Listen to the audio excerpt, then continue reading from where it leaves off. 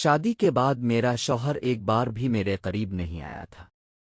میں بہت زیادہ بے چین تھی کہ آخر میں اپنے آپ کو کیسے پرسکون کروں۔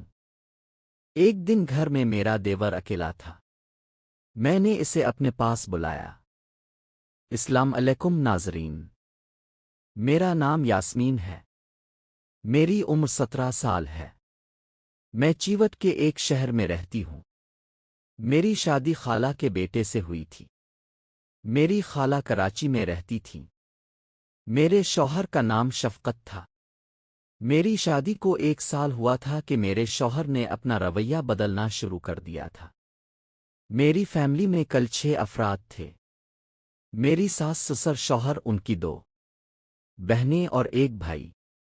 میرا دیور نعیم میرے شوہر سے 3 سال چھوٹا تھا اور اس کی عمر 22 سال تھی۔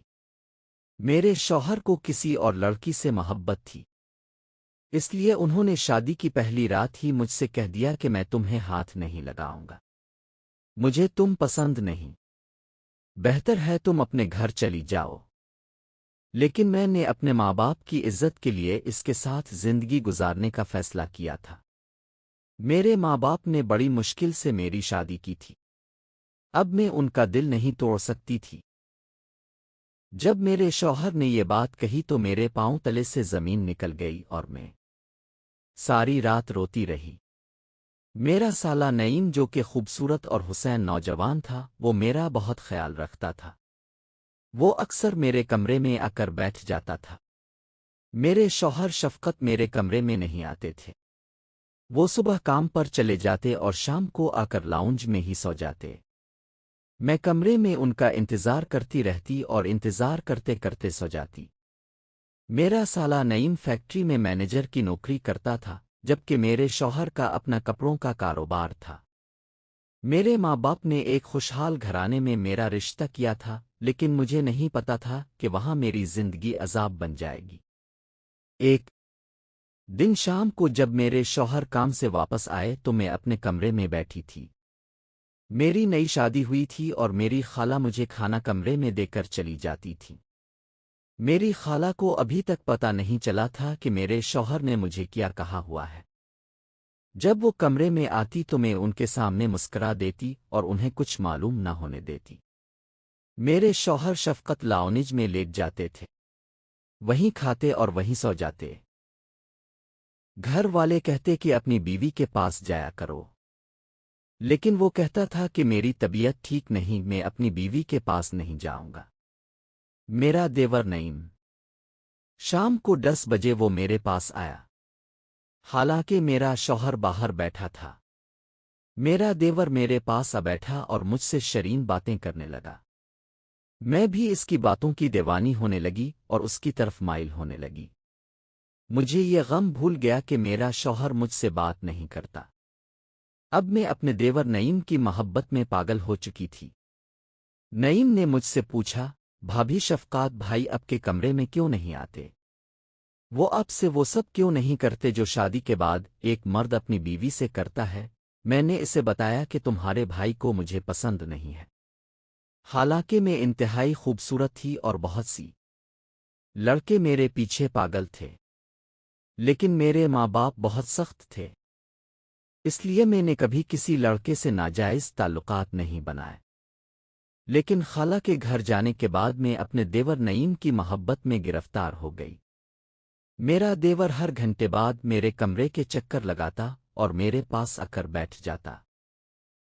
وہ میرا ہاتھ اپنے ہاتھوں میں پکڑ لیتا تو میرے دل میں خوشی کی لہر دوڑ جاتی۔